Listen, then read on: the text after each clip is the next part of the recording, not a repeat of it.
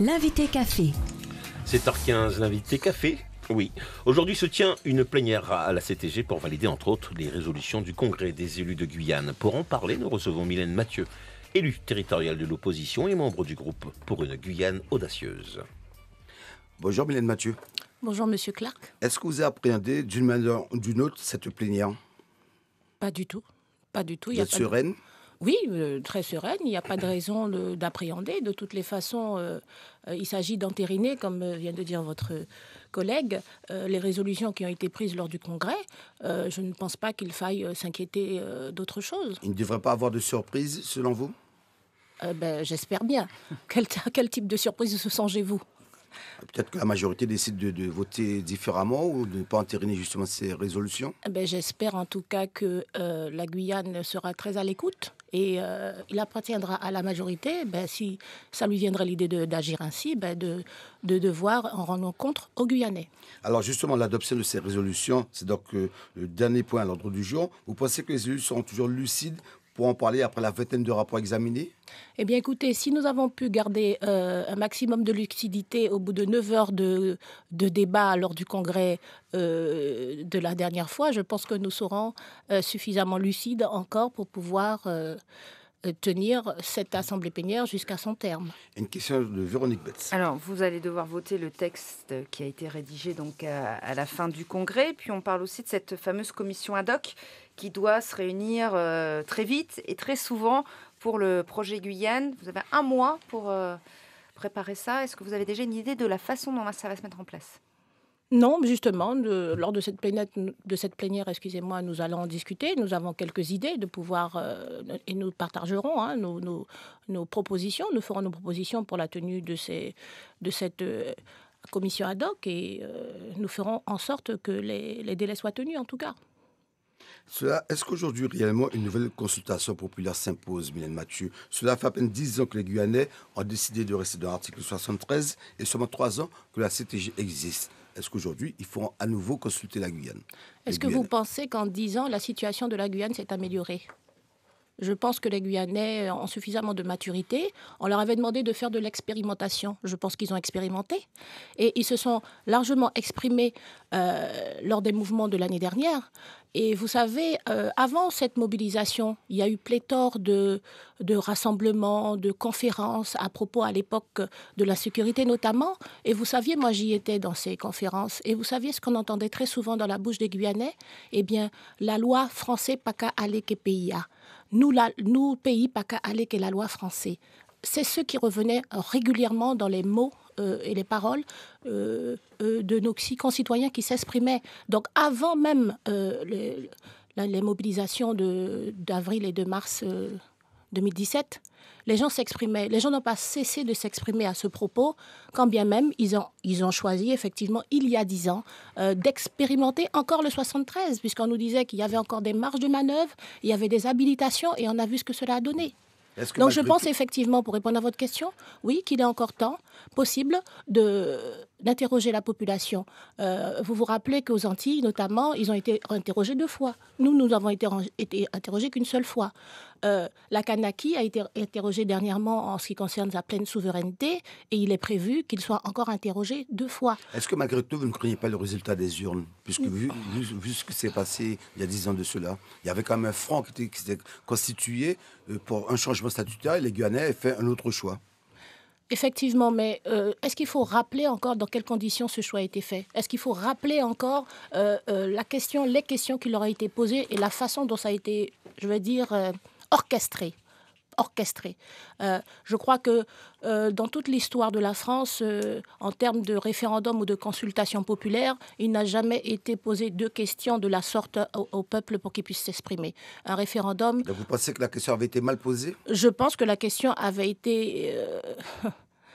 je vais dire pour ma part mal posée, mais pour d'autres peut-être bien posée, et qui nous a donné ce résultat. Par ailleurs, les personnes n'ont pas été suffisamment informées, correctement informées de ce pourquoi ils allaient être consultés. Et je dois encore rappeler malheureusement que... comme ça a été fait dernièrement, par ailleurs, en Kanaki, on l'a su, qu'on a déployer devant les gens le drapeau de la peur en leur faisant croire qu'ils perdraient un certain nombre d'avantages sociaux, un certain nombre de prérogatives s'ils rentraient dans le 74, de sorte à les faire douter en tout cas, suffisamment douter pour avoir choisi de rester dans le 73. Mais aujourd'hui, le débat n'est pas là, on n'en est pas au 73-74, on en est à un statut sui generis, comme on dit, mais particulier en tout cas, qui répond aux réalités du pays, qui permettrait à notre territoire de relever les enjeux économiques, sociaux, Monsieur Clerc, économiques et sociaux qui nous concernent. Oui, nous sommes bien au-delà du 73-74. D'ailleurs, à l'époque, ce choix nous avait été imposé parce que nous n'en pensions pas. Vous savez bien que ça fait des décennies qu'on parle de statut spécial. Alors spécial, ça n'a pas de valeur juridique dans la réglementation, dans la législation française, mais ce n'est pas d'aujourd'hui qu'on réclame à corps et à cri, à différentes périodes de l'histoire guyanaise, un statut qui lui serait propre. Cela risque de prendre un peu de temps, puisqu'on sait que même si le gouvernement, dans les semaines qui viennent, valide l'idée d'une consultation populaire en Guyane sur un changement statutaire, ça va forcément prendre 1 an ou 2, le temps que tout soit fait, le choix de la question, l'organisation du scrutin, etc. Ce que propose la CTG de dire, bon, en attendant, on va faire une loi Guyane pour déjà commencer à récupérer des compétences et déjà commencer à faire avancer le pays. Est-ce que c'est une bonne idée ? Alors ça, c'est ce qu'on veut bien nous faire croire, que ça prendrait beaucoup de temps de pouvoir changer de statut. Bon, en tout cas, il faut mettre le pied à l'étrier. Je crois savoir que l'organisation de la dernière constitution populaire a été... D'ailleurs, je crois qu'on s'en y attendait même pas. Ça a pris plus de 18 mois. Mais 18 mois, c'est quand même pas 4 ou 5 ans. Faire, donc ça fait mais déjà de toutes les façons, il faut en tout cas mettre le pied à l'étrier. D'accord ? Ça, c'est déjà une bonne chose. C'est déjà une première chose. Et puis, moi, je voudrais quand même rappeler qu'en termes de changement au niveau institutionnel, au niveau constitutionnel, vous n'êtes pas sans savoir que nous sommes en pleine réforme orchestrée par le gouvernement en place et qu'il ne faille pas oublier l'amendement qui a été déposé par monsieur le député Serville, cet amendement qui déjà, d'ores et déjà, on va dire, réserve une place à la Guyane pour un article qui lui serait particulier dans le cadre de la Constitution. Alors, vous me disiez... La loi Guyane en attendant, pour commencer. Ah oui, la loi Guyane. C'est vrai que la loi Guyane, c'est vrai qu'on nous parle, mais c'est vrai qu'on n'en a pas vu au moins un article. C'est vrai qu'on a l'idée d'une loi dans le livre blanc, parce que dans le livre blanc, il y a une partie, 3 pages, qui sont consacrées à la loi Guyane, mais on n'a pas encore vu un seul article de la loi Guyane. Donc, on a statué sur l'idée de faire une loi Guyane. Maintenant, est-ce que c'est opportun ? Je pense que je ne vais pas trop m'exprimer là-dessus, dans la mesure où, ce point-là a été vraiment le point où il a fallu faire consensus lors du congrès dernier, parce qu'il s'agissait de dire est-ce que c'était nécessaire d'avoir cette loi Guyane, puisque nous, on exprime, et on pense que la majorité de la population s'exprime aussi, en disant qu'il faille un statut particulier. Et dans ce statut-là, il y aura toutes les compétences dont on a besoin pour développer le territoire. Alors, cette loi Guyane, je pense, effectivement, vient de l'idée de la majorité. Moi, je me pose une question.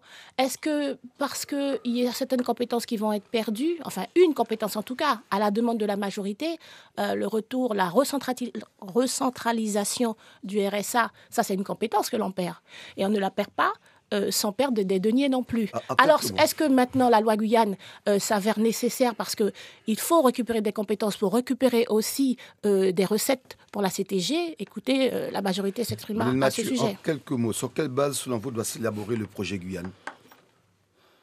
Le projet Guyane doit, dans un premier temps, s'élaborer sur la base du projet Guyane 2018 qui a été proposé par le Front, aussi par les propositions qui ont été faites, puisqu'il y a des propositions qui émanent des États généraux, quand bien même il n'ait pas été, ces États, suivis par une majorité guyanais, mais quand même il y a eu la qualité, il y a eu des propositions qui ont été faites, et peut-être, prendre un peu une partie de ce livre blanc, parce que notamment dans la gouvernance, la commission gouvernance numéro 6, les Guyanais se sont très bien exprimés en disant effectivement qu'ils voudraient changer de statut. Merci Mylène Mathieu. Je rappelle donc que vous êtes donc élu de l'opposition à la CTG, donc vous faites partie du groupe pour une Guyane audacieuse. Et aujourd'hui, je tiens donc une plénière à la CTG pour notamment évoquer les résolutions du congrès des élus de Guyane. Merci madame d'avoir accepté notre invitation. Je vous en prie. L'invité café.